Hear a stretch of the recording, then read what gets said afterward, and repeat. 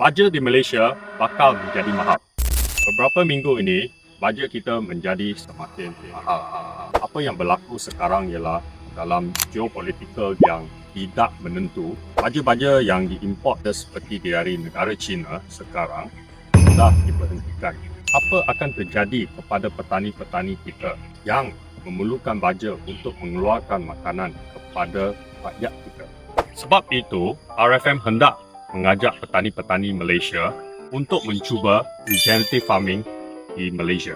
Tuan-tuan dan puan-puan tidak perlu menukar model-model yang sedia ada di tanah tuan-tuan dan puan-puan, tetapi boleh mencuba secara kecil-kecilan dahulu sistem regenerative farming. Tuan-tuan dan puan-puan boleh menguji satu petak tanah menggunakan sistem regenerative farming, iaitu menggunakan livestock untuk mengurangkan kegunaan baja di tanah tuan-tuan dan puan-puan.